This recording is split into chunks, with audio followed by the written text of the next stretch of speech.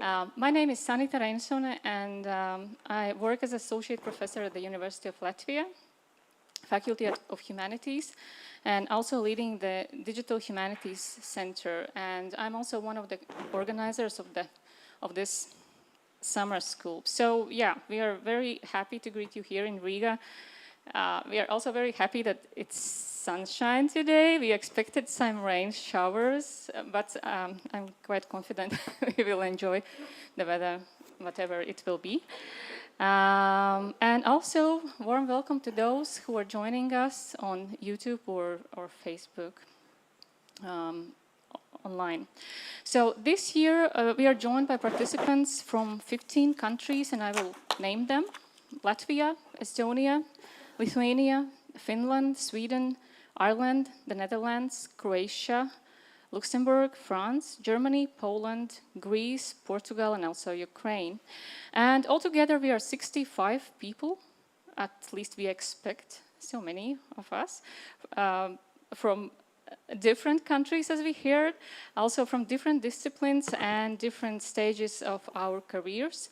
Some of us come from academia, others from libraries, archives, and cultural heritage field. Some of you are just starting to explore digital methods, while others have been working with them already for years. So this mix is what gives the summer school its energy. And it's not like about uniform expertise, rather about exchange, collaboration, and learning from each other and from the different perspectives. And the theme of this year, Digital Methods for History Studies, it reflects an area that continues to grow in both scope and relevance. And we'll be looking at a wide range of tools and approaches, from transcription and mapping to network analysis to the use of large language models and AI in humanities research. But our focus is not only on how these tools work, but on what they allow us to ask, explore, and perhaps understand differently. So, this year we had 3 main sources of funding, and the largest contribution comes from the State Research Program in History, coordinated by the Institute of Latvian History at the University of Latvia, and it is implemented in collaboration with several other institutions. But we are also pleased to have support from a new project funded by the European Regional Development Fund, which focuses on strengthening Latvia's participation in European research infrastructure. And for humanities, we speak here about Daria and Clarin infrastructures. And this project started just 2 months ago, and we're happy that the support is secured for at least 5 years. So it's not much, but at least something. So, and in addition, we are grateful to the State Culture Capital Foundation, which has supported the summer school, I think, since its very beginning. And yes, finally, a special thanks goes to the University of Latvia for providing us with this excellent venue and for its ongoing support. And this summer school also exists thanks to long-standing collaboration between institutions that actively support the development of digital humanities in Latvia. And this year, it's jointly organized by 3 core partners, which is the Institute of Literature, Folklore and Art of the University of Latvia, National Library of Latvia, and the Faculty of Humanities at the University of Latvia. But at the same time, the program committee included several people from other institutions as well. So I take the liberty and say huge thanks to all the team: Harald, Elina, Eva, Anda, Jānis and Jānis, Ilze, Eva, Eva, Simona, Laura, Margarita. So thank you. That was, yes, I think. Thanks. And yeah, we have 5 days ahead of us. And you will hear from researchers working at the forefront of digital humanities, digital history. And you will also have the opportunity to engage hands-on in workshops and just as importantly to reflect, to ask questions and discuss with others. So last year we introduced a collaborative learning approach and we are confident it really works, right? This means that the school is not only about gaining like technical skills, but about learning with and from each other. So I encourage you to take this seriously. Talk to your peers, ask questions, share your experience, and don't be discouraged if something feels unfamiliar or confusing at first. We are here to work through it together.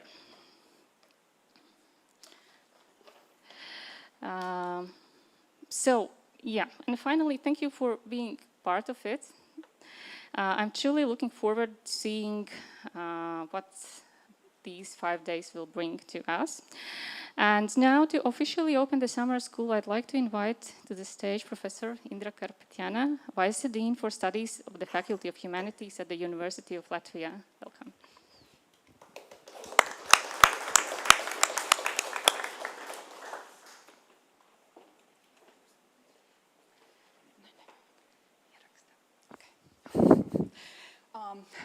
Good afternoon, everyone.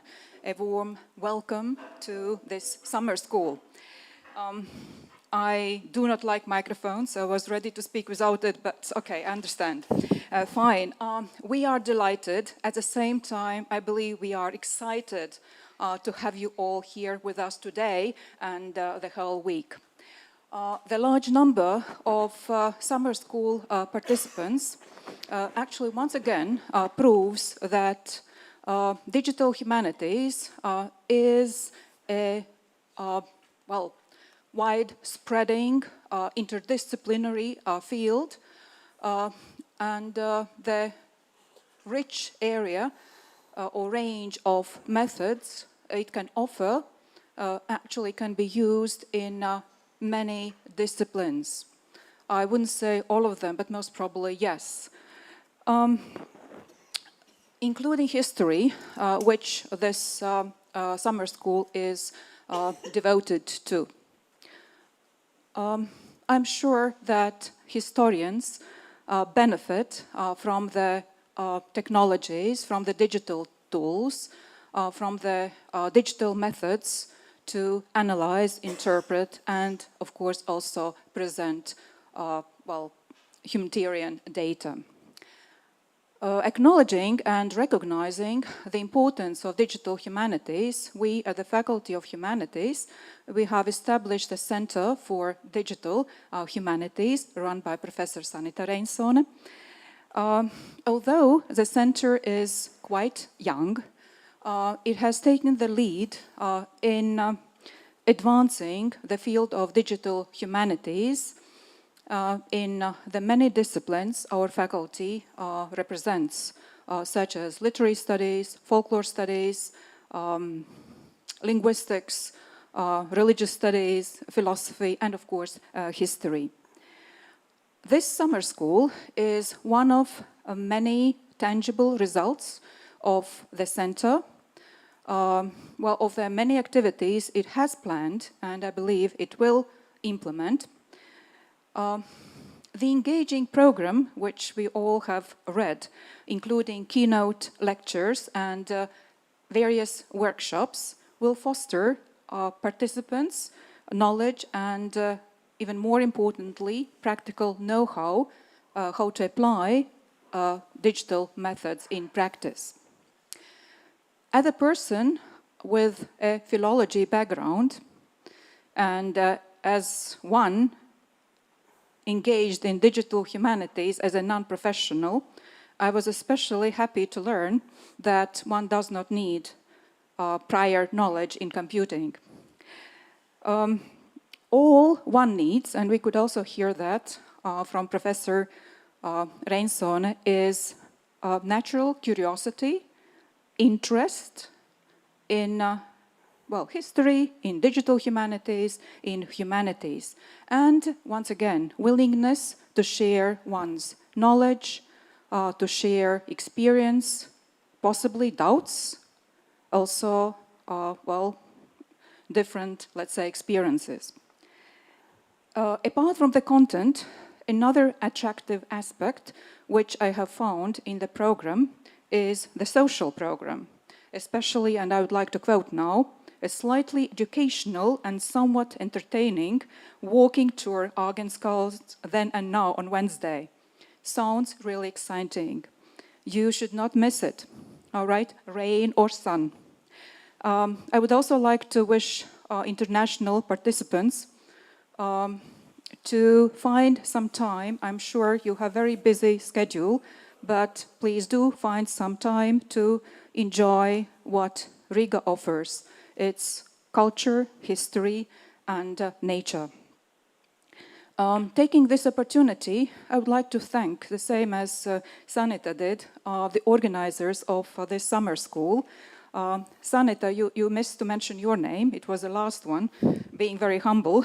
So thank you very much for taking the lead and organizing this summer school this year, and of course all the others. So also co-organizers, the National Library of Latvia, as well as the Institute of Literature, Folklore and Art of the University of Latvia, for the tremendous job and also invested time to make this all happen.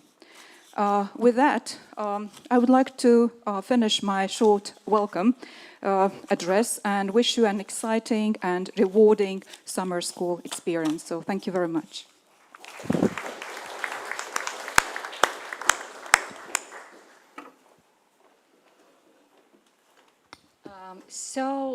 As you perhaps have guessed, the Baltic Summer School of Digital Humanities has been around for a while here.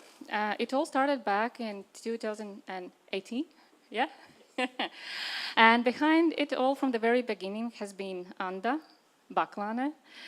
She's the head of the Digital Research Services at the National Library of Latvia and really the person who has kept this school running, also growing and evolving every year. So before we move to the keynote lecture, I'll give this floor to Anda.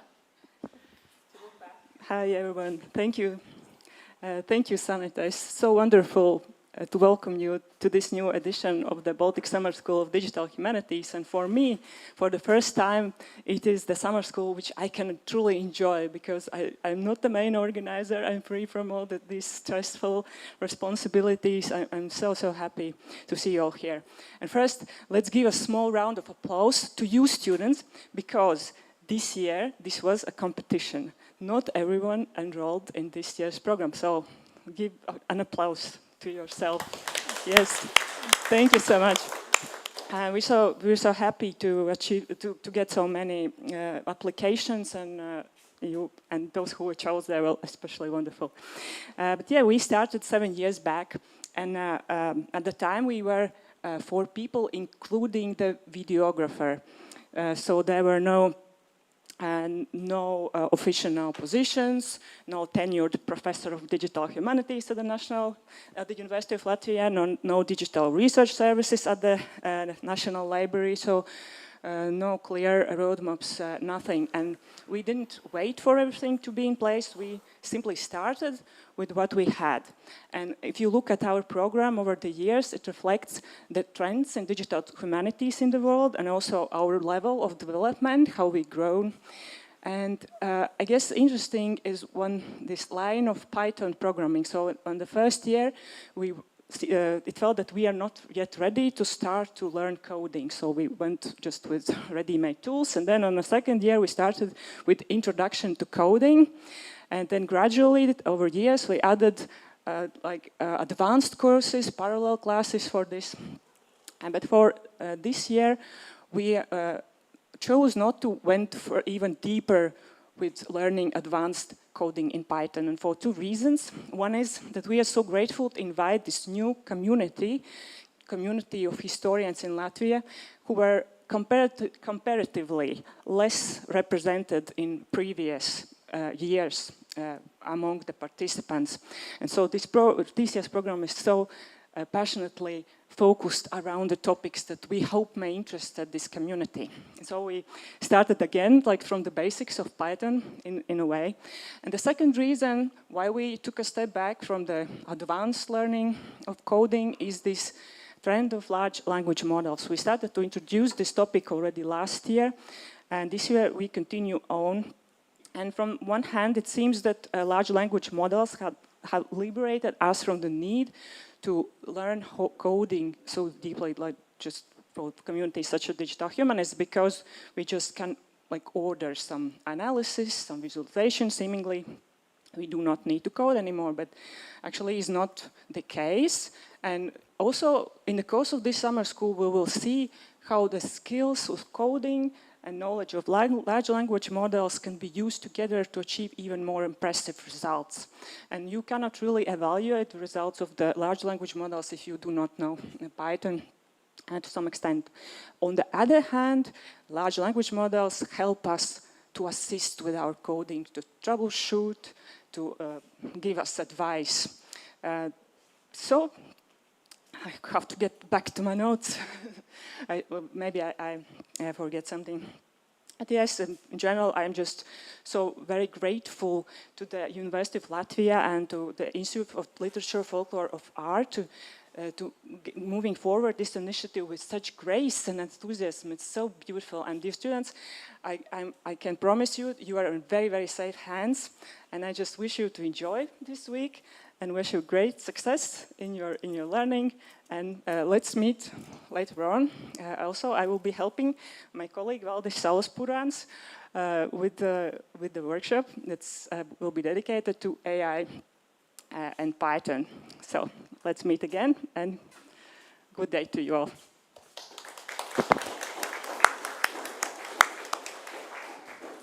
So thank you, Anda. And now it's time to start the main program, so to say. And it's a great pleasure to introduce our first keynote speaker, Gabor Toth, who's a research scientist at the Center of Contemporary and Digital History at the University of Luxembourg, where Gabor leads the project Voices, an international consortium studying multimodal memory of the Holocaust. Gabor holds a PhD in medieval history from the University of Oxford, where he focused on how people in late medieval Florence recorded and processed knowledge in their diaries and notebooks. And over the year, Gabor's work has expanded to include digital archives, testimonies, early modern news, and the use of data science in historical research. And also he's author of 2 monographs, if I'm not mistaken. One on language technology in humanities research, another one exploring fragmented Holocaust testimonies. So please join me in welcoming Gabor here on the stage. And yes. I'm switching off my microphone. No. Okay, let me just turn on this. Is it turned on or no? Yes. Fantastic. I see. Okay, yes, thank you very much.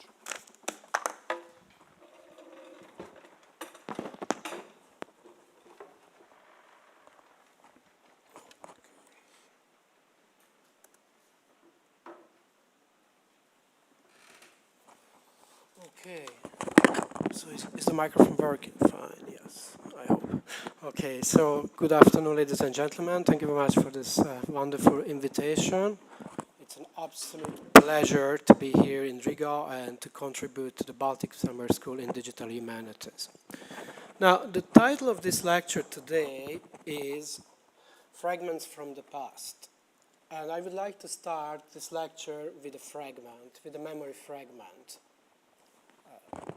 It's not good. Just a minute. Oops, oops. I think now it's good.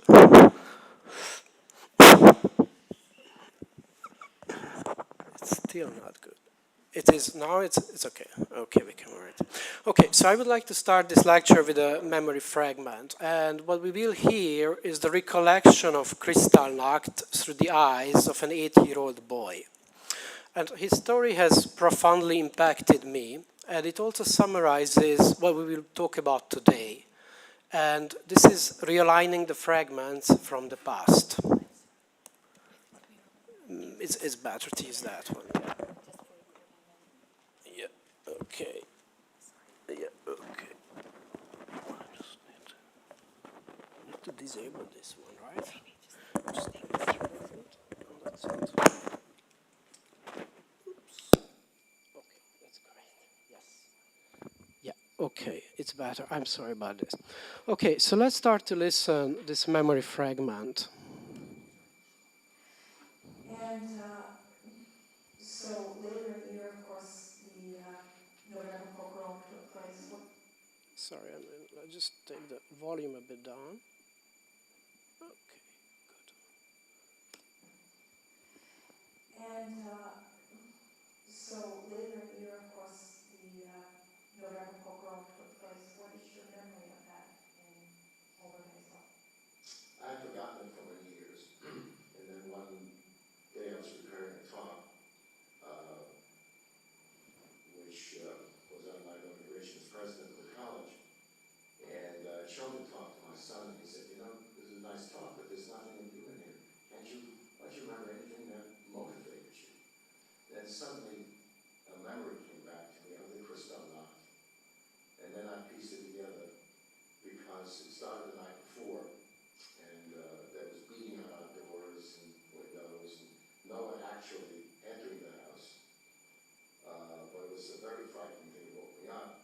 Then the following morning, we all then slept together in the living room. And the following morning, my grandfather took me down to the Scharplatz, which is the place where the town gate had been originally, and where the synagogue was located. There was a brook in front of the synagogue at the time. In the brook, there was floating fragments of the prayer books and the Torah scrolls, hacked to pieces. Then we went inside the synagogue, which was completely tarred black. Now, many of the synagogues were destroyed at Kristallnacht through burning. This synagogue, they couldn't burn because it was a triplex house with non-Jews living on either side. So you couldn't burn it, just the synagogue. So they defaced the synagogue, tore it apart inside. And so my grandfather, I remember wading into the Rhine River and pulling out of it the scraps of the Torah that had been hacked to pieces and the prayer books, and gave them to me. And he said, here, take these. And I clutched them. I remember having this batch of wet parchment. And he said, one day we'll put the pieces back together again. And of course, that one day was never to be. So your work has been an expression, all aspects of your work has been an expression of your experience as a survivor. Well, it's my grandfather's words, you see, piecing together those scraps of parchment, of Torah, that were cut asunder, you know, realigning the fragments to make them into a whole. I think that's been my motivating spirit and vision. So the story of the Kristallnacht, as recalled 60 years later, expresses what we historians know very well. This is the gigantic destruction and loss of documents and sources from the past.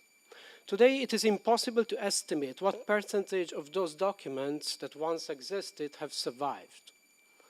Some students of antiquity argue that 90% of ancient documents perished. Others came up with even more tragic numbers, saying that 95% of what exists is now lost. And of course, as we get closer to contemporary history, more and more documents have survived.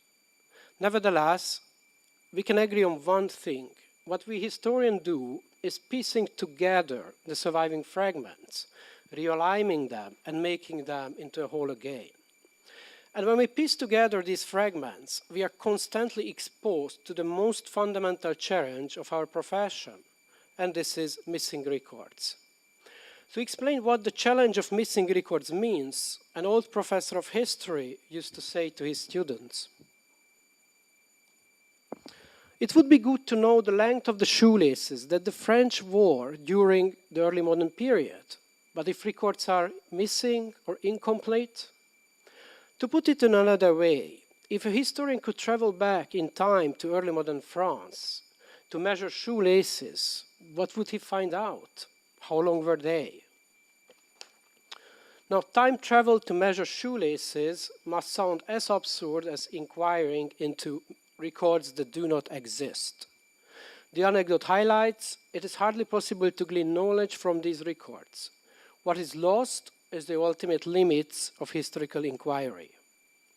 Nonetheless, in the last years, digital historians, archaeologists, literary scholars, and statisticians have pushed the limits. They started to discover objects and people for whom records are missing, or only a limited number of fragments survive. To make them into a whole again, they turn to specific statistical and computational methods. Today, I will talk about these approaches. Precisely, I will talk about Bayesian statistics. This is a mathematical framework widely applied in science and technology to address incomplete, missing, and fragmented information. The goal of my lecture today is to explain the application of the Bayesian framework for historical research, specifically for realigning the fragments. By the end of this lecture, you will have a basic intuition of how Bayesian statistics can help you investigate the past. I also want you to understand that Bayesian statistics is part of your own everyday life. Having these two objectives in mind, here's the outline of this lecture. So the first part will be a history of technology. We will go back to the early 1960s and we will talk about the Apollo program. We will see how NASA faced the very same problem we historians often face. Again, missing and incomplete information. We will see how their solution was related to Bayesian statistics. And we will also see how this solution continues to have an impact on our modern life. Next, we will focus on the logic underlying the Bayesian framework and build out the connection with historical research. We will talk about shoelaces in early modern France. Finally, in the last part, we will look at two case studies using Bayesian statistics. The first one will revolve around book history, and the second one will be about war studies. And for a short time, we will return to the 1950s again, and we will talk about a foundational paper of modern science that again still impacts our life. And in the conclusion, we will reflect on the limitations of studying missing records with the Bayesian framework. Finally, through this lecture, we will find the answer to the question, what connects the Apollo program with early modern handwritten news? Now, the answer is behind that QR code, and just do not look it up now. So we will see a lot of interesting things today. Let's start our journey. So on this photo montage, you can see a great variety of innovations making our modern life nice and comfortable. You see a GPS in a car. You see a leg of a robot. You see a gigantic parabolic antenna enabling modern communication. You see two photos illustrating clinical trials and medical imagery. Finally, there is the screen of a radar demonstrating the easiness of air travel. All these innovations involve the problem of missing information. One way or another, they all rely on Bayesian statistics. To get closer to this branch of statistics and its relationship to modern life, we need to go back to the 1950s, to the Apollo program. As it is well known, the 1950s saw the fierce space competition between the Soviet Union and the US. It is less well known that by the end of the 1950s, NASA faced a number of challenging problems.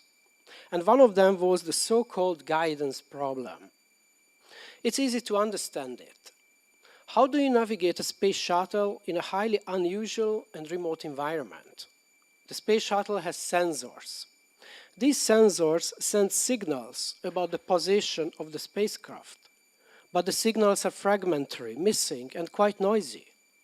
So let's see a simulation of what the astronauts and the command center saw on the radar.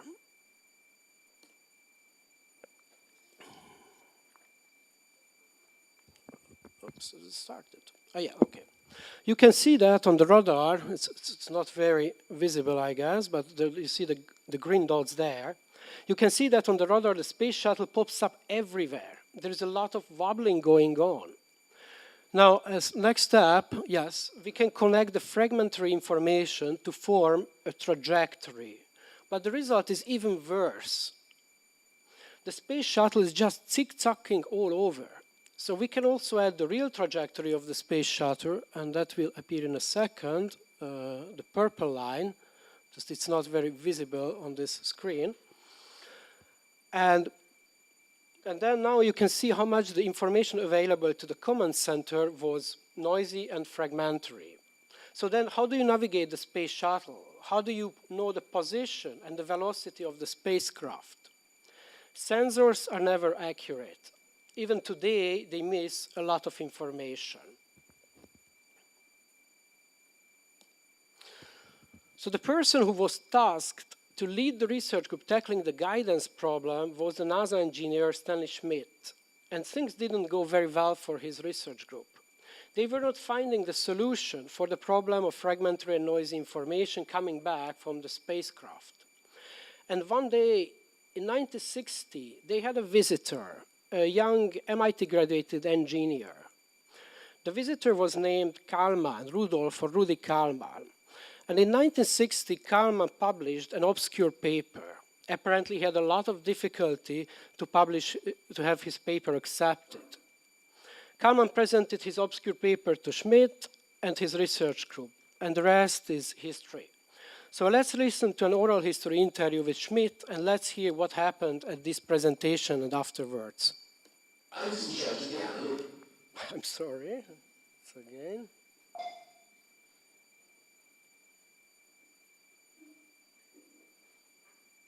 Okay, now it should work. I was in charge of the animal. Let's try more. I was in charge of the analog computer, the dynamics analysis branch. By 1960, we knew quite a bit about the guidance of the thing. But we weren't making much progress, particularly on the navigation, which is determining where you are. We knew, since it was supposed to be on board, that it had to be done with optics, so we knew that much. But how do you translate this into a knowledge of the aircraft position and velocity? In the fall of 1960, a person who I'd met at several conferences, Rudi Kalman, came to visit us. I suspect he was looking to promote some funds. He came down to visit us and he gave a presentation of his work that he had published in the spring of 1960, and it was hard reading to see what it dealt with. But it was really where the Kalman filter, which we probably named more than he did, eventually evolved. My group, which composed then of Jerry Smith, and Joe Carlson was our mathematician, was working for me, and Leonard McGee, and John McLean, Vicky Harper and I guess. We were the ones that composed the group that was working on this navigation and guidance problem. Sat there listening to Rudy, I did too. When he got through, I don't think any of them understood, and I didn't understand it much. But after his discussion of it, I said, I think this might have something to do with the navigation problem. We started. I assigned Jerry and Joe Carlson to study this report over and figure it out, and then report to me what it says.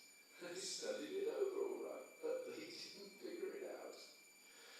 We weren't making too much progress. I went back then. After talking with Rudy and reading his paper more, I began to see what our problem was. We thereafter developed the so-called extended Kalman filter. All that means is that you linearized about the current best estimate of state in which was our integration for following the trajectory.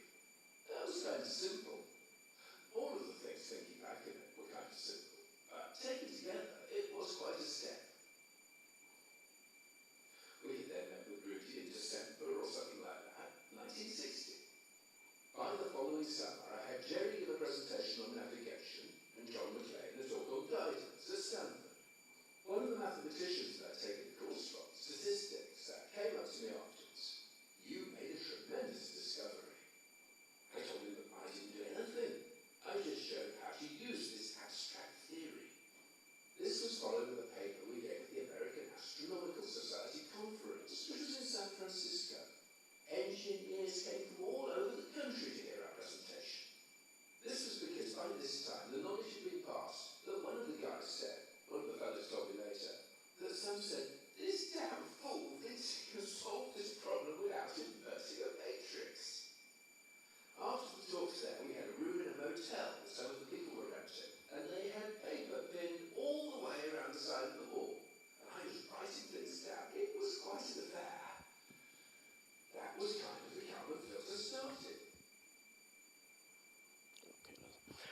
So the algorithm in Kalman's obscure paper resolved the navigation and guidance problem. And the paper embarked on a glorious journey. It has become one of the most cited papers in history of science. Kalman is today known as the early pioneer of control theory and robotics. The invention of Kalman, the algorithm named Kalman filter, is an important enabler of modern life. Airplanes still use the Kalman filter to navigate. The GPS in your car also relies on the Kalman filter. So let's see how the Kalman filter works in practice, and let's go back to the simulation we earlier saw. Oops. Yeah. Well, it is not very visible, unfortunately, on the screen, but it's fine. So you can see how the Kalman filter gives the correct estimation of the space shuttle's position. What the algorithm does. First, it looks at where the space shuttle was before. Second, it does a measurement about the current position. And this measurement is, of course, noisy and most probably incomplete. Finally, in the last step,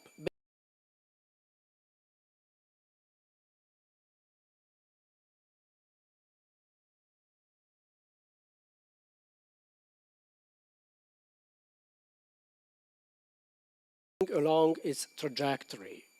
And miraculously, there is no hallucination. The estimate is correct. Today, aircrafts do not get lost, and your GPS is also reliable. Kalman's invention inspired a new class of algorithms named Bayesian information filters. As the name suggests, this class uses Bayesian statistics to tackle the problem of missing and incomplete information. It is widely used in telecommunications, in medical research, robotics, and so on. Without the Bayesian information filters, our life would be definitely less comfortable. It is important to underline, Kalman did not invent Bayesian statistics. It was invented 200 years before. But until the birth of modern computers in the 1950s, it was not possible to use it on scale. In the third part of this lecture, we will discuss how a foundational algorithm invented in 1953 opened the way for the Bayesian statistics. And then the Kalman filter, which is also a foundational algorithm, helped popularize the Bayesian framework in science and technology. Now, to summarize, Bayesian statistics helps us interact with the physical, biological, and technological environment. It enables scientists and engineers to realign the fragments transmitted through sensors. Again, information coming from sensors is always noisy and fragmented. The Kalman filter is a very good example to understand how Bayesian statistics is related to our own everyday life. However, it is not that good to explain the historical application of this framework. As we have seen, the Kalman filter mainly deals with an object moving along a trajectory and the incomplete and noisy information transmitted about it. Now, rarely do we historians deal with this kind of problem. We do not need to estimate the location of a moving object. So how can historians harness Bayesian statistics to make fragments from the past into a whole? So let's now move to the second part of this lecture. To get closer to the historical application, we will first consider an example of ecological research. Imagine the following scenario. An ornithologist wants to study the wing lengths of bald eagles. He captures 100 birds and measures their wings. And these measurements give some idea about the wing lengths. However, the ornithologist faces a challenge. He cannot observe the entire population. He cannot catch all bald eagles.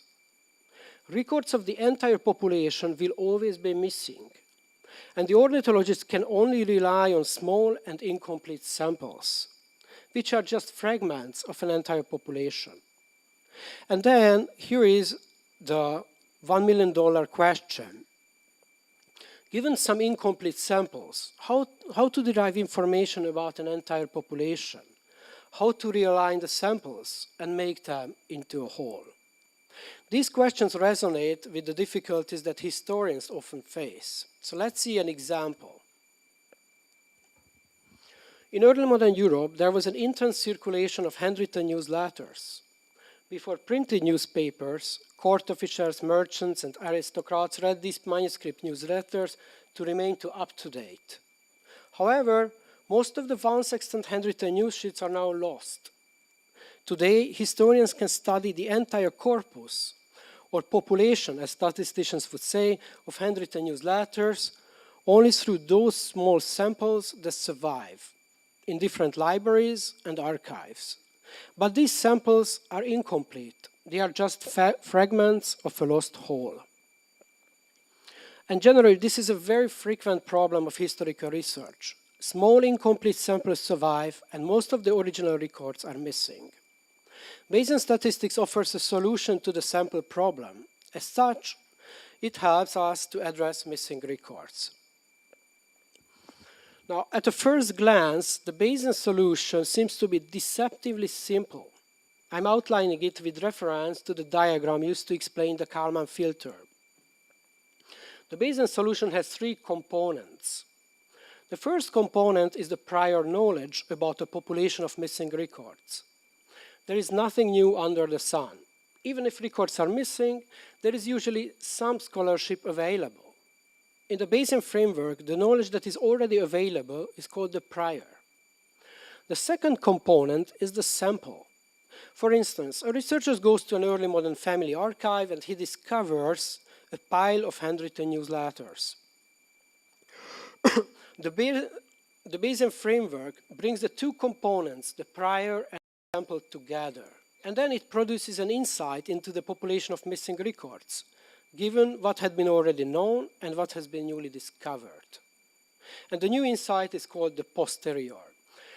The entire procedure is mathematically transparent, and it's based on the formula you see on the right side.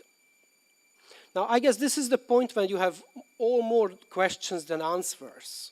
What is this prior knowledge? What does it mean bringing together prior and the sample? All this sounds very, very abstract. At the beginning, I promised to provide you with an intuition of the Bayesian procedure. So to do so, I will tell a fictional and absurd research story about early modern French shoelaces. One day, a group of historians discovers the archive of a famous Parisian cobbler. The cobbler lived in the 17th century. Around 1615, he built a mysterious shoelace-producing machine. Thanks to this machine, the cobbler became immensely successful and rich. The French wore only his shoelaces in the 17th century. It was believed that the machine perfectly matched the need and the demand for shoelaces in early modern France. It was also believed that when he was young, the cobbler was wandering around the streets of Paris. He randomly chose people to size up their shoelaces. He learned something about French shoelaces. Then, by relying on this knowledge, he built the machine. However, all this remained his secret. No one had ever seen the machine. No one had ever found out what the cobbler learned about French shoelaces. The research group has one ambition. They want to discover the length of 17th century French shoelaces. And they have a simple research question. If a historian could go back into the 17th century to size up French shoelaces, what would he find out? The research group knows to answer, they have to address two questions. What did the cobbler learn when randomly wandering around the streets of Paris and measuring shoelaces of random people? And how did his machine work? The shoelaces that the time-traveling historian would find were all made by the machine of the cobbler. Nevertheless, to the disappointment of the historians, there isn't much left in the archive of the cobbler. They find only a couple of incomplete inventories of shoelaces produced by the machine. So how can they use these incomplete samples to discover the shoelaces that the French wore? The historians decide to use the Bayesian framework. With this, they hope to reveal the secrets of the cobbler and eventually discover the 17th century French shoelace population. First, they look into what is already known about shoelaces. Most probably, in the 17th century, people did not wear infinitely long shoelaces. A person with extremely long shoelaces must have been subject of derision and mockery. Most people must have used a shoelace of average length. Extremely long or short shoelaces could exist, but they must have been quite rare. Having said all this, the shoelace population can be imagined as a bell curve of the normal distribution. You can see shoelace lengths close to the average were the most common ones. Shoelaces of extreme length were rare. This means if the time-traveling historian picks a random person on the street of Paris, it is very likely that this random person will wear a shoelace of average length. What was this average length then? How much deviation from the average was there? To answer, our historians approached an expert of early modern material culture. The expert admits there is limited knowledge about 17th century shoelaces, but he has an educated guess. He suggests the average shoelace length was about 50 centimeters, and the deviation was around 20 centimeters. At this point, the historians have a preliminary or prior knowledge about the shoelace population, and they encode this prior knowledge into this bell curve of the normal distribution. You can see the plot here. But this is just a guess based on limited previous scholarship. Next, the historians bump into something unexpected. They discover a drawing of the cobbler's machine, and other surprises are also awaiting them. On the dashboard of the machine, there are two Greek letters. Mu is the mathematical symbol of average, and sigma is the symbol of the deviation. And this is the moment when the historians discover the core of the cobbler's secretive knowledge. Wandering around the streets of Paris, he learned the average shoelace length and the degree of deviation from this average. By drawing on these two numbers, he was able to reproduce batches of shoelaces that matched demand and need. And there is a bit of magic here. I will not go into the details. But by feeding the average and deviation into the machine, the cobbler could create samples that matched the shoelace population. But the question is, what values of average and deviation did the cobbler use? That is still his secret. As a next step, the historians turn towards the sample or the incomplete inventories discovered in the cobbler's archive. They ask, given this incomplete sample, what might have been the average and the deviation set on the machine? The historians apply a specific mathematical procedure to find out. This gives a possible value for the average and the deviation given the sample. Now, at this point, the historians have two different insights into the average shoelace lengths and to the deviation. On the one hand, there is the information given by the expert. This is the prior. On the other hand, there is the information coming from the incomplete inventories found in the archive of the cobbler. This is the sample. As you can see, they significantly differ. And none of them is perfect. The expert had only seen a limited number of shoelaces. The sample is incomplete. And the truth, which was the ultimate secret of the cobbler, must be somewhere in between. As a last step, the historians apply the Bayesian formula and they join the information coming from the sample with the information coming from the scholarship. This gives a set of possible values for the average and for the deviation. Of course, the historians are not happy. What they want is to observe the shoelace population. They want to have access to early modern French shoelaces. They want to answer what a time-traveling historian would find out. Therefore, as a last step, they rebuild the machine of the cobbler. And the result is amazing. With all possible values for the average and for the deviation, they start to simulate the shoelace production of the cobbler. And now they have access to tens of thousands of early modern French shoelaces. They can inspect them, they can form an overview of all possible lengths. Given the earlier scholarship, given what we already know, given the incomplete sample, and given the uncertainty around the exact values of average and deviation. The central element of the cobbler's story is the mysterious machine, and that is also the central element of any effort to realign the fragments of a population with the Bayesian framework. any population of objects, people, and animals can be imagined as the product of a machine. However, these machines do not produce anything. They determine the probabilistic outcome of encounters with the population. And this is not intuitive. But the story of the cobbler helps clarify it. Again, think about the time-traveling historian. The outcome of his random measuring of shoelaces depends on how the machine of the cobbler was set. If the cobbler set the average to 50 centimeters, then the historian will not find a lot of shoelaces which are 100 centimeters. The same is true about samples. If the time-traveling historian collects a sample of 1,000 shoelaces, there will be only a handful of 100 centimeter long shoelaces. Most probably, the vast majority will be around 50 centimeters. Whatever the historian finds depends on the way the machine was set. In reality, the machine underlying a population is a probabilistic process. And going back to the example of the ornithologist, the outcome of randomly catching bald eagles depends on the parameters of the probabilistic process underlying the population. Whatever sample the ornithologist collects, that sample will always depend on this process. Even if a sample is incomplete, noisy, or just a fragment, it is still related to the original process.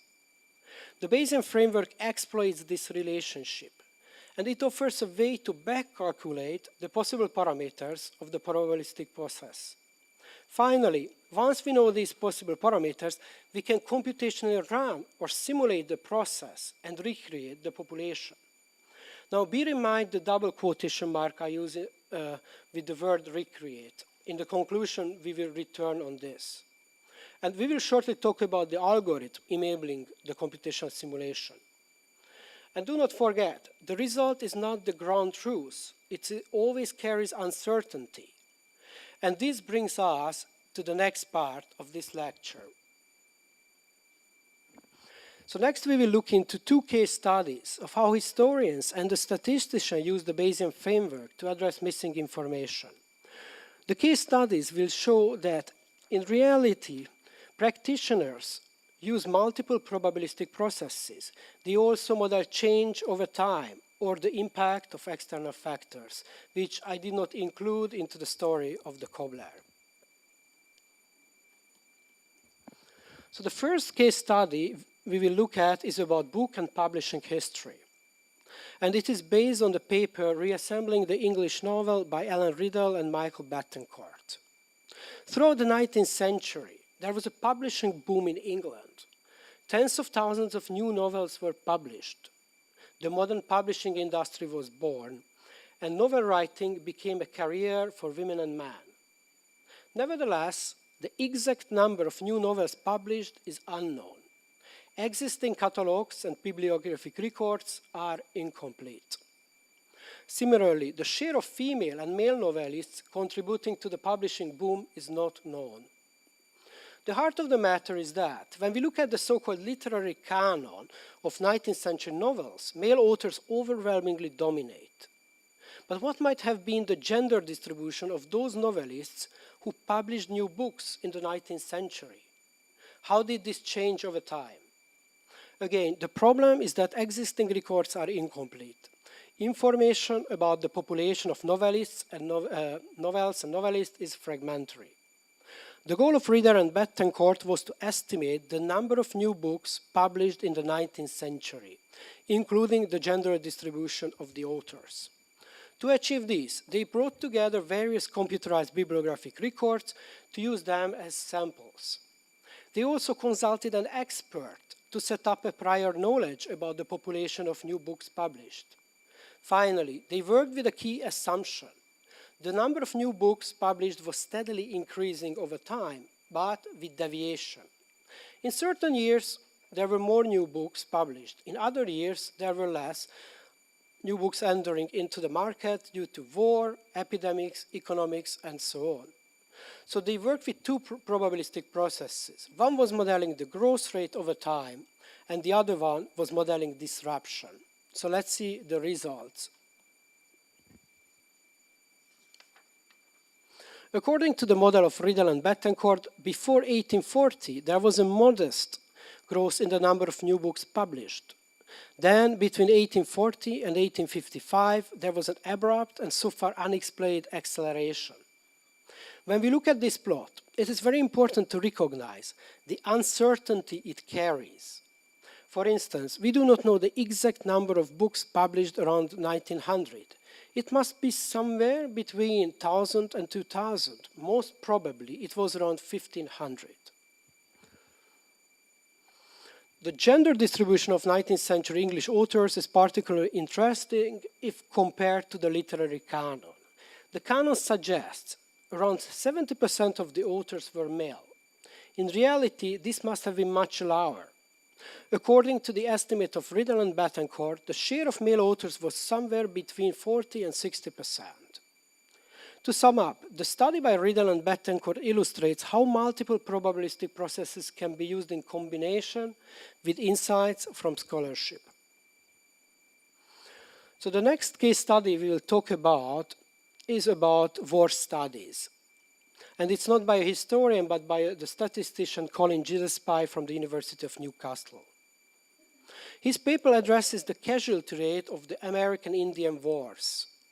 And this was a devastating conflict that spanned over 100 years. Today, it is very difficult to estimate the number of people who were killed in this long-lasting conflict. This is due to a number of problems related to the documentation of the war. First, many of the original casualty reports are missing. Second, those that survive are not very accurate. For instance, the number of casualties was often rounded. Third, casualties of the native population tended to be underreported. To address these problems and to come up with a realistic estimate of casualty numbers, Gillespie applied the Bayesian framework. As sample, he used the surviving noisy casualty reports. And to set up the prior, he drew on an observation by students of war studies. Long-lasting conflicts tend to follow the so-called power distribution, also known as the 28 rule. Unlike the normal distribution we saw earlier with the story of the cobbler, the power distribution emphasizes the extreme. The plot on the right side demonstrates this. As you can see, through the 100 years of the American Indian Wars, there were many skirmishes involving low casualty rates and a few very large battles with many casualties. This observation was the prior that Gillespie used. As sample, he used the existing casualty reports. He also used different probabilistic processes to model underreporting, the rounding effect, and the loss of records. Finally, given all this, he produced thousands of possible casualty reports or samples. Now, when taken all these possible samples together, it seems that the mean number of casualties for the Americans was around 11,500. And for the native population, it was around 60,000. Nonetheless, we need to take these figures with a pinch of salt. As the plot shows, there is uncertainty around these numbers. Still, these figures are indicative of the scale of loss suffered by the Native Americans. The total size of the native population is believed to have been around 400,000. So the loss of 60,000 lives means that around 15% of the population perished during the American Indian Wars. To achieve this result, Gillespie used the technique we have seen with the machine of the cobbler. Again, the fictional historians interested in the length of shoelaces rebuilt the machine of the cobbler and computationally simulated it. If we assume one probabilistic process, this is fairly simple. But once we work with multiple processes, it is becoming fairly complex. Gillespie merged three probabilistic processing, and simulating these processes together get this result. Now, simulating them is difficult. In simple terms, the three processes define a joint probability space. And throughout the computational simulation, we would like to explore this joint space and sample from it. This exploration and the subsequent sampling was not possible until 1950. In 1953, a new class of algorithm was born. And the birth of this class made possible the widespread use of Bayesian statistics, and it has significantly contributed to the scientific development we had had since the end of the Second World War. Just like the Kalman filter, it had and it has an enormous impact on our life.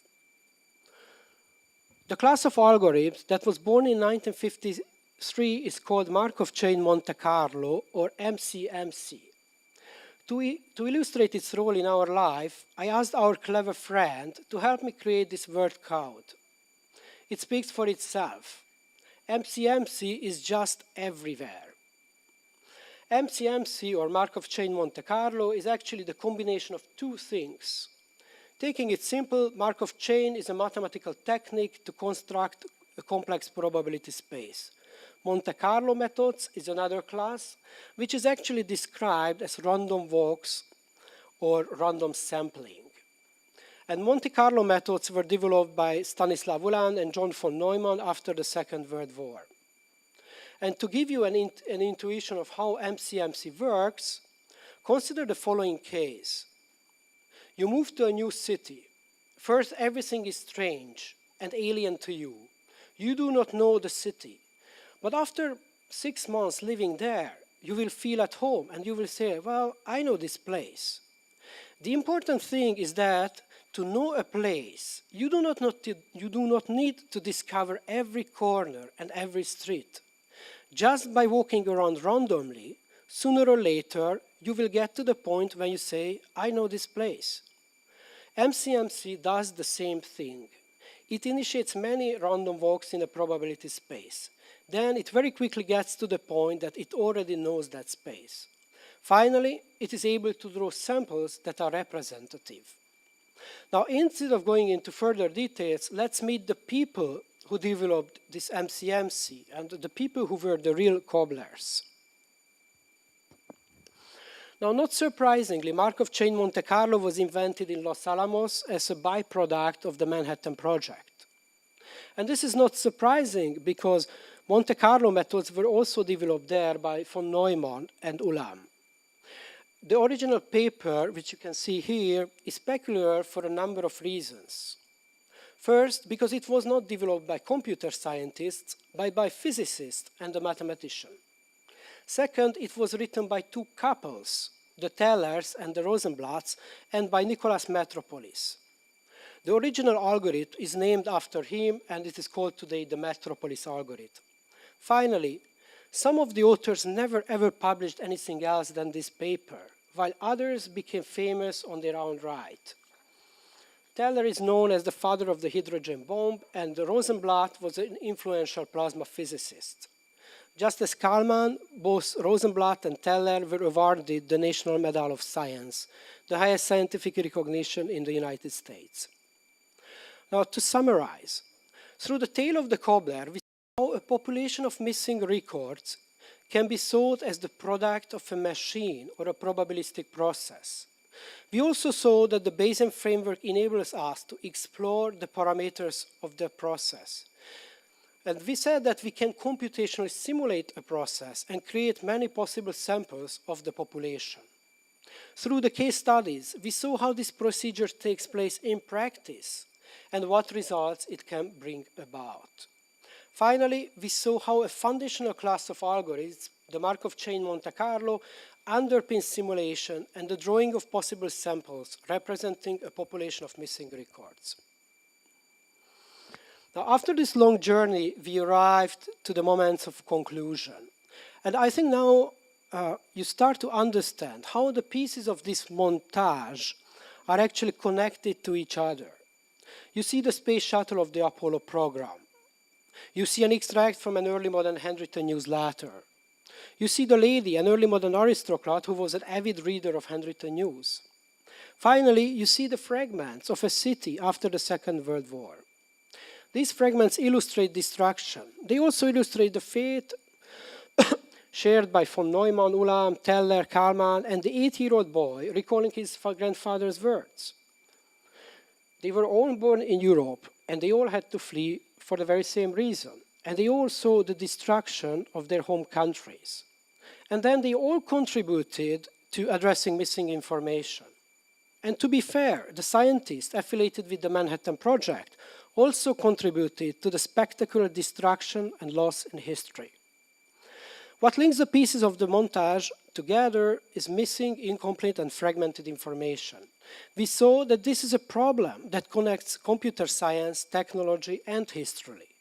Strangely, we historians are in the same shoes as our colleagues in science. Today I demonstrated how we can use a method of modern science, the Bayesian framework, to realign the fragments from the past and make them into a whole.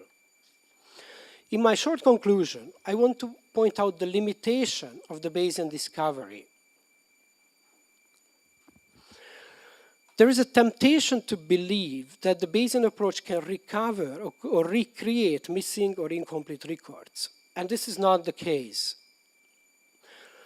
Instead of recovery, the Bayesian approach forms an educated guess about what is missing. The educated guess means estimation taking into account what was known before, the prior, what has been discovered, the sample, and finding a compromise between them.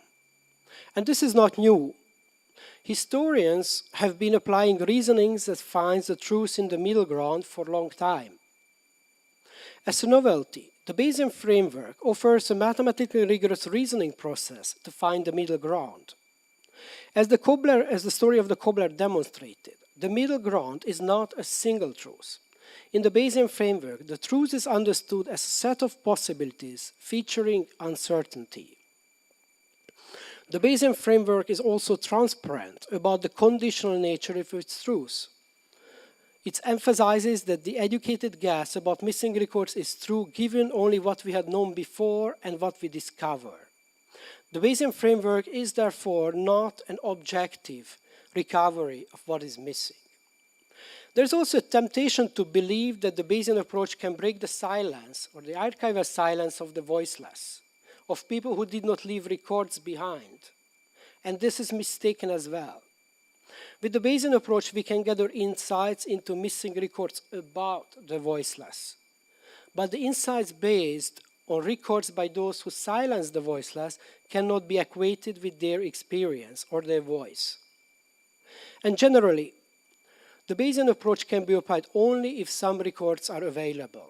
The voiceless did not leave behind anything. Her or his voice is thus beyond the reach of the Bayesian framework.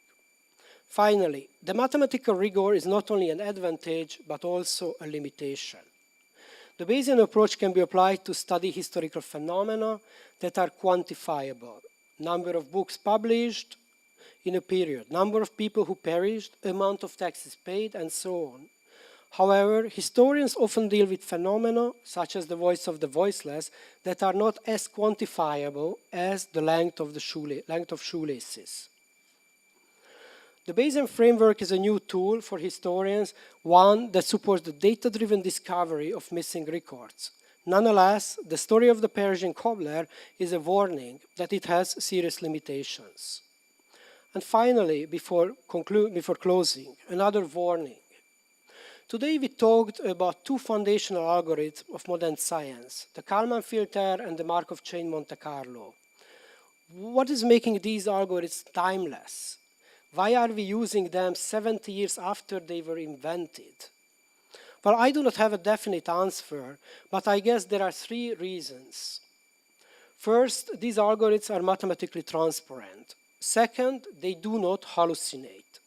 They might not be able to fake a student essay, but they accomplish what they are assigned to do. We saw how we put our life into the hands of these algorithms when we, for instance, embark on a flight. And third, they are computationally inexpensive. So the warning is that the algorithms that do not feature transparency, reliability, and cost and energy efficiency will be most probably ephemeral. So thank you very much for your attention.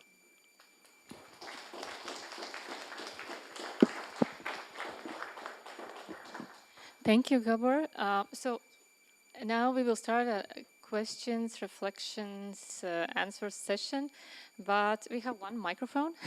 So I will be running towards you, who will ask questions, and then back to Gabor. Without microphone, well, if we do not speak on mic, we are not heard on the recording. All right, so I have one question before a serious question starts. Do you know the length of your shoelace? Can you calculate? All right. Educated one. Okay. All right. So, who has a question or reflection on what was heard in Gabor's presentation? All right. We have one.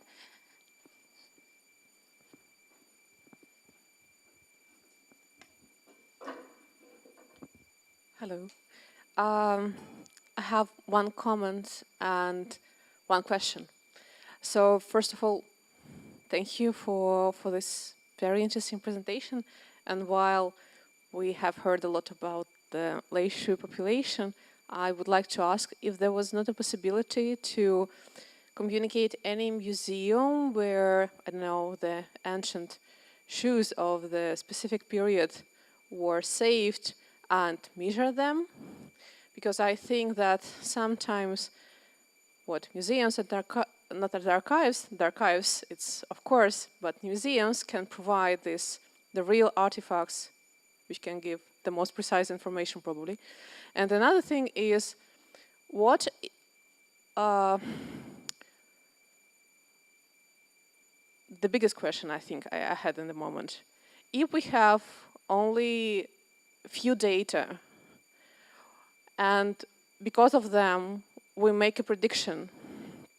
What if in the very beginning we have several mistakes? And how we can find out that they have been mistakes? And what if the whole work is based on the several mistaken data? Thank you.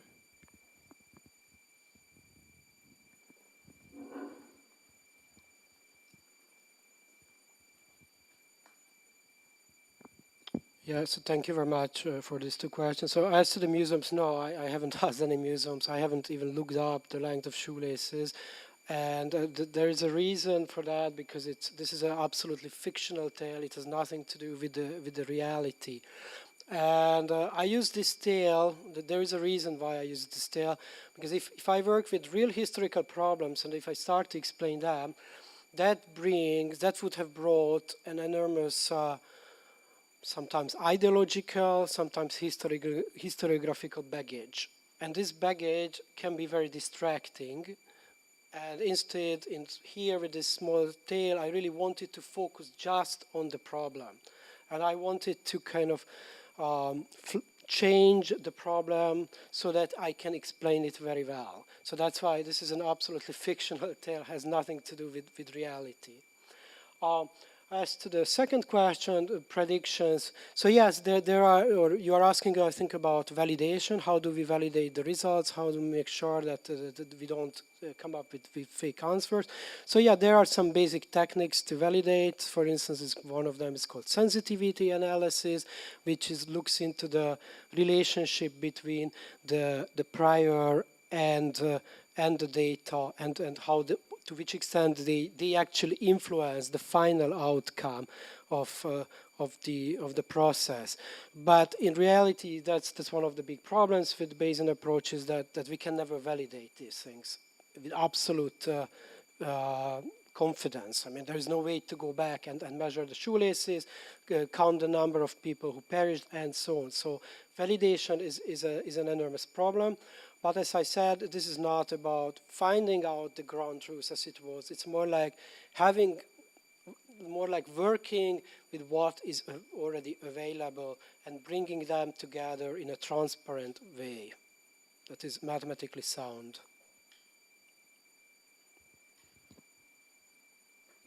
Thank you. More questions, comments, reflections, challenging comments?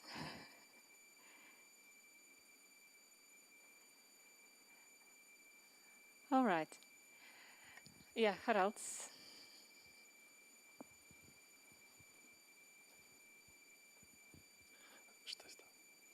So thanks again for I really enjoyed that there were examples from hard science, and so it kind of legitimizes what we do in digital humanities. But my real question is about, so I'm researching life writing, and I have a corpus of diaries, and I'm asking myself, are they representative? Are they representative of what? And I see this Bayesian approach is somehow maybe not the same, but related. So, but I think that my case is maybe harder than the shoelaces, because I believe it's about how you define what's diary. So it's about source criticism, about data criticism, and how can you estimate, like, is your corpus representative? Like, what questions do you ask? It's not just about probabilities. So there are people who don't even write diaries, right? Do we just discount them? So because, and then we are not even researching social reality, we are researching practices of writing. What about people who write but destroy what they've written? So I have quite a large corpus, but I feel if I honestly want to do some representative statistics, I believe I don't have it. So what would be your approach to this kind of problem? I believe it's similar to a lot of historical research as well.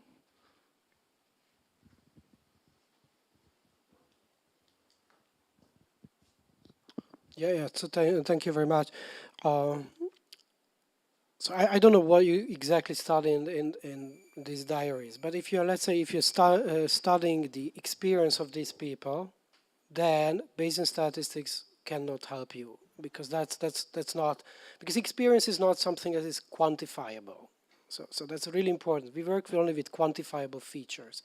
If you're interested in the length of these diaries, let's say, how many words there are, and then you would like to find out, okay, what might have been the average diary length in this time, that's where the Bayesian statistics can help you. It will not give you a hard answer, but it will give you, as I pointed out in the presentation, a set of possibilities. And it will give you a kind of confidence interval, and it will tell you how much variation that could have been there, given what we have available now. But it will not tell you, like, okay, diaries were exactly, I don't know, how 100,000 words in the period that you study. But it's about quantifiable features. It's not about experience, sentiments, feelings, and so on. We don't know that, and that's something that with which the Bayesian statistics has nothing to do. So thank you. Thank you, Gabor. Harald, do you want to have some comment on what Gabor said?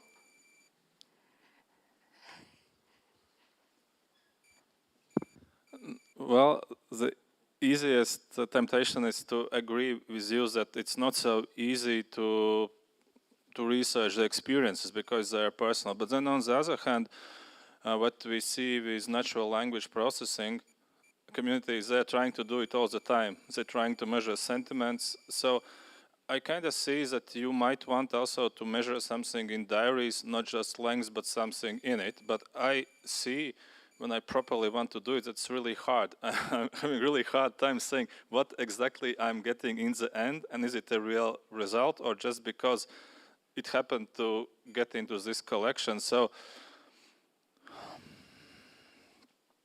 yeah, so I agree with you that maybe it's not the best example where you can apply Bayesian statistics, but there is a temptation because we want to get some meaningful answers to big questions, not just to something which can be quantifiable. So yeah, I agree, but I will look further. What can I really do? I don't know.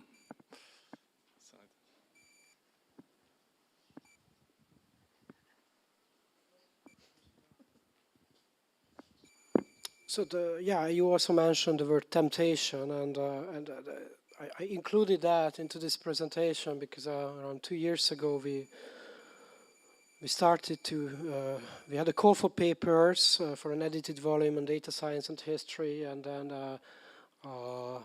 there was a submission that was dealing with Bayesian statistics and the voice of the voiceless. And the person and the authors bought the argument that, okay, they can reconstruct the voice of the voiceless. They were talking about actually slavery and slaves, and they were trying to argue that with the Bayesian method they can give voice to slaves who perished or who did not leave anything behind, and that was why I included this here. I keep remembering about this temptation. Now the paper was rejected, so that's about the temptation. Thank you. Thank you, Gabor. Maybe some more questions? Okay, we are warming slowly up. So let's thank Gabor for the first keynote. Thank you so much. And here's a small gift from, it's very light, so you can put it in your, all right. So we are a bit early, but I think I will proceed with a few comments on practical details. But yeah, so I thank you for being here for this first keynote lecture, and for those watching us online. Next time, online lecture will be tomorrow morning at 9:30 in the same channels as you are watching them now. So thank you once more, and now we are moving to some practicalities of the summer school. Yeah, Harald, you look like you want to say something.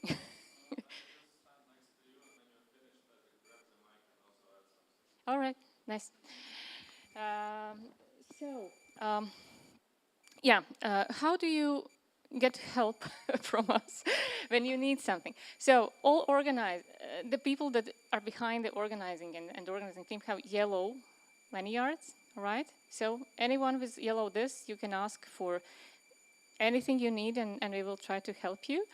There are a few people with red ones. So it's a mark that those people cannot be photographed or filmed or something. So let's respect that. And if anyone wants to have this option, just say us and we will try to find a red linear for you as well. So all lectures and workshops will take place here in this auditorium through the whole week. However, we are very fortunate to have access to the entire House of Science. So it's, for us, there's a lot of public space, a lot of corners, a lot of small working, I don't know how to say, greenhouses and different space elements. So we can use it. Wherever you can get without a key, you can go and enjoy this. All right, as for lunch, so starting tomorrow, since the university cafeteria is closed for the summer, we recommend heading over the National Library of Latvia. Perhaps you already passed it when you came here. You will find a bistro open. And you're also welcome to use self-serving kitchen, which is located there. But anything you miss something or unsure, ask us. Meeting space for both excursions. We are having two, one tomorrow and one, I guess, the day after tomorrow. It's in front of the House of Science. We will move together. Anda will be responsible for the first one, and Yanis, will guide the second one. And after the summer school, all participants will receive a certificate of attendance. We will email you that. And those who sign up for academic credit will also receive a certificate confirming those credit points, but it will happen when you will finish your tasks. And now it's time to introduce another key person for this summer school, Haralds Matulis. Welcome, Harald. He will be coordinating the group work and collaborative environment and everything. So, all right, it's time for you to. So, we have a next thing in, actually, we have coffee break, but the question is it already ready? So I guess we will not have to wait for the official beginning, but I just wanted to say a few words, because after the coffee break, we will have, what, reflection session, pre-workshop session, something called like that, which I will lead. So I wanted to give you a small, let's not call it a task, but a game. So you have already your animal, right? On a paper. And if somebody doesn't have an animal, you have to go to the registration desk or to Eva and ask for an animal. So during the coffee break, you can already start gently networking, meeting people, asking, I am the same animal as you, and so you find your group, okay? Okay, it's not very serious if you want to take a rest, just have time for yourself, but you can already start looking for your group, because after the break, we will start working in the groups. So, with that said, can we invite for the coffee break? And so we meet a bit earlier. What time is it now? 20 past or quarter past? So let's meet quarter to after 30 minutes, right? Is it good? But do we need 45 minutes of a break? How do you feel? Okay, it feels... Okay, let's stick to the schedule, but then let's do some really good networking and finding the animals. And let's meet back at 4.